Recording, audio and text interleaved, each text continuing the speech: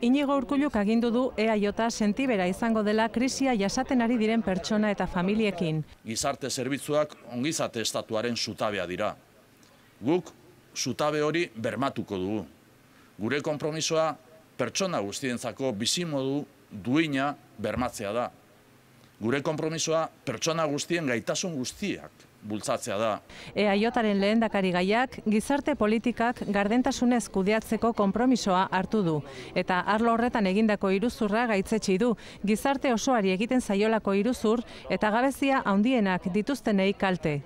Urkulluk esan du familiak babestuko dituela gizarte kohesiorako eragile diren neurrian. Familia ugarientzako laguntzak gehitu, aurreskoletako izen ematea eta zerbitzua hobetu, zaintza partekatuak defendatu, familia bitartekaritza indartu. Urkulluk itun soziala eskatu du gizarte zerbitzuen jasangarritasuna bermatzeko. Bilboko Txurdinaga auzoan langabe talde bat ondoan zuela Patxi López hautagai sozialistak enplegua sustatzeko konpromisoa hartu du. Nik ez dut ahazten nire lehentasuna zein den. Nik ez dut ahazten zer den gaur garrantzitsuena. Eta hori enplegua sortzea da. Legebiltzarra eratzen denean, lehen bilkura krisiari eta langabeziari nola aurre egin jorratzea proposatzen du.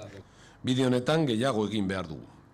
Euskadin denok batera lan egin behar dugu gure ekonomia laguntzeko eta enplegua sortzeko.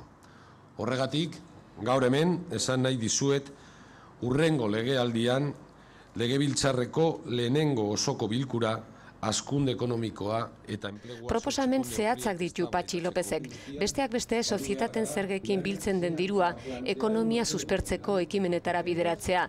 Edota luzaroan lanik gabe dauden 8.000 lagunentzat lan eskaintza egitea udalen bitartez.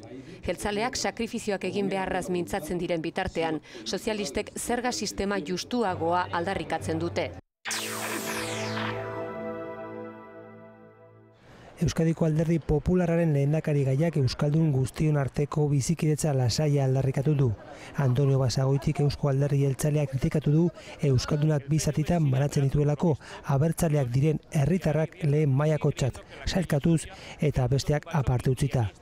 Lehendakari gaiaren esanetan horregatik oraindik bizirik dago esaterako Sabinanak sorturiko maketo hitz mespretxagarria. Palabra maketo sintetiza en 3 sílabas la estrechez nacionalista. Basagoitik esan du Alderdi Popularra dela bizikidetza lasaia kartezakeen alderdi bakarra. Eibarren errepublika aldarrikatu zen lehen herrian, frankismoak utzitako erregimenak oraindik ere bizirik dirauela salatu du Laura Mintegik.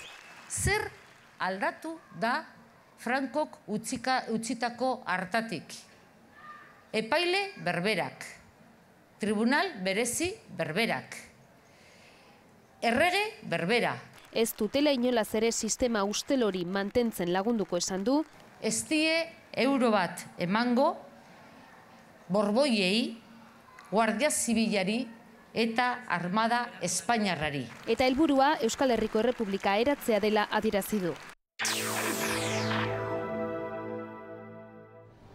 Hispanitatearen eguna erresistentzia eguna da Ezker Batuarentzat, subirotasunaren auzian errepublika sustatu nahi du.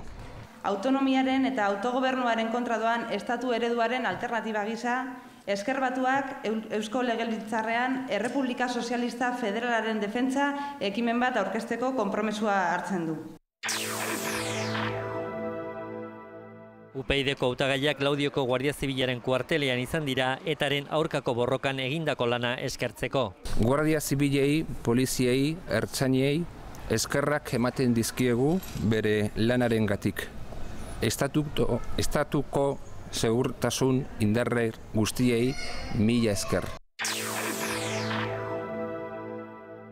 Un abrazo, caballero, por un mundo más justo. Bidezko Mundurantz alderdiaren lehendakari gaiak besarkadak banatu ditu Gasteizen politika hurbilago bat defendatzeko. Que acabar con la pobreza es una decisión política, pero que cambiar la política es una decisión personal. Pobreziarekin bukatzeko eskatzen dute botoa. Acabar con la pobreza es una decisión política.